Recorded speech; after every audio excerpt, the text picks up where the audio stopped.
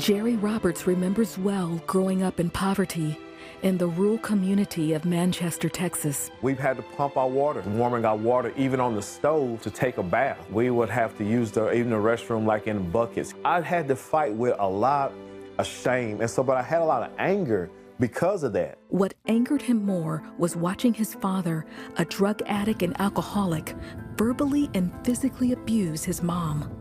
I can remember my dad literally taking an elbow to my mom's face and to see my mom be abused that way.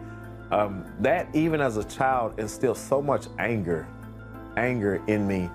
When Jerry was 6, his parents divorced and he went to live with his grandparents on a farm. While in the 5th grade, he developed a lazy eye and was the subject of relentless bullying. He responded the only way he knew how.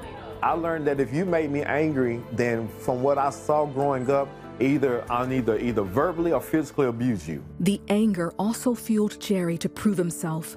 In high school, he did well in his classes and on the football field, becoming a star linebacker with hopes of going pro. It was his ticket out of poverty. I saw football as going to be my way of me being able to take care of my mom and my 2 sisters, my family. After high school, Jerry made one more step toward his dream when he went to William Penn University in Iowa to study mechanical engineering and to play football. Then, in his first game, he broke his arm so badly it ended his football career, shattering any hopes of going pro. Depressed and angry, he stopped going to class and was kicked out of school. I had no hope. I didn't really care anymore, you know. Jerry moved back to Texas to live with his mom, where his life took a drastic turn. He would spend the next 13 years in a gang called the Bloods, dealing and using drugs. While he joined for acceptance, he found a new outlet for his anger. I looked at them as a family that I didn't have, like somebody I could talk to, people that when I needed something, you know, I could go to. I never thought that I would be beating people up for what was in their pocket, you know, for money, or just because I didn't like a certain color of clothes that they had on. By 26, he was married and had 2 children, a daughter with his wife and a son who was living with his ex-girlfriend. Now on probation for stealing, he was trying to make an honest living working in a chicken processing factory. Still carrying the anger, shame, and guilt, he fell deep into drug addiction. And that's when I really started doing the heavy drugs, the methamphetamines, the cocaine, you know, drinking a lot because I was still bringing all that anger.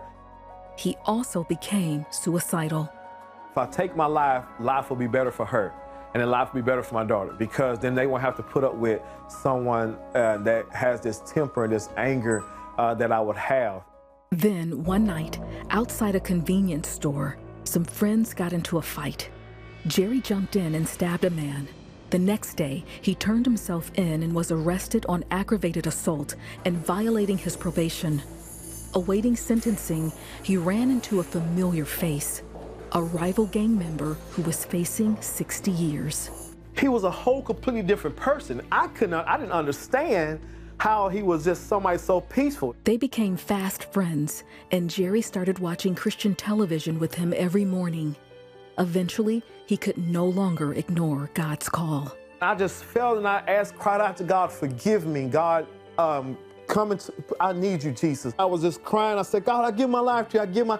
And I was just telling him I give my whole life, and I did. I gave up everything. I realized that God was not mad at me, but he was madly in love with me and how he forgives. He desired to come and live in me. You know, how the Spirit of God wants to dwell in me. And I was crying, and God said, you mean you forgive me and you want to come and live in me after everything I have done and what I've done to people? And all of a sudden, and I still can't explain today, it was like the very sun itself come out of the sky and like hit me. And I was just crying, and I had like every pore of my body was opened up, my body was on fire. And I had like this, a peace hit me so hard, and I can't even explain it. From then on, Jerry read his Bible and prayed. I was someone that was addicted to drugs. I was addicted to alcohol, you know, and God delivered and set me free completely from it. I felt the love of God, and for the first time, my life had meaning. Serving 5.5 years of a 10-year sentence, Jerry became a leader in the prison ministry. Although he and his wife would divorce after his release in October of 2016, it didn't change the fact he was a new man, delivered from his addictions and healed from the wounds of the past. Now that anger and that peace, that shame and guilt is gone. He is a deliverer. He's a God that fills you with peace and a comfort that you can't explain. He started working at an egg production plant, learned a new skill, and is now the maintenance manager.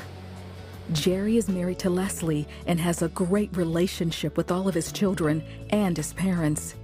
He and his wife do prison ministry and marriage counseling, and Jerry is an ordained elder who shares the message of hope on radio stations and platforms all over the world. God can deliver you today from addictions. He can deliver you from anger today. He can deliver you from fear today. But it's something you can only find in Jesus.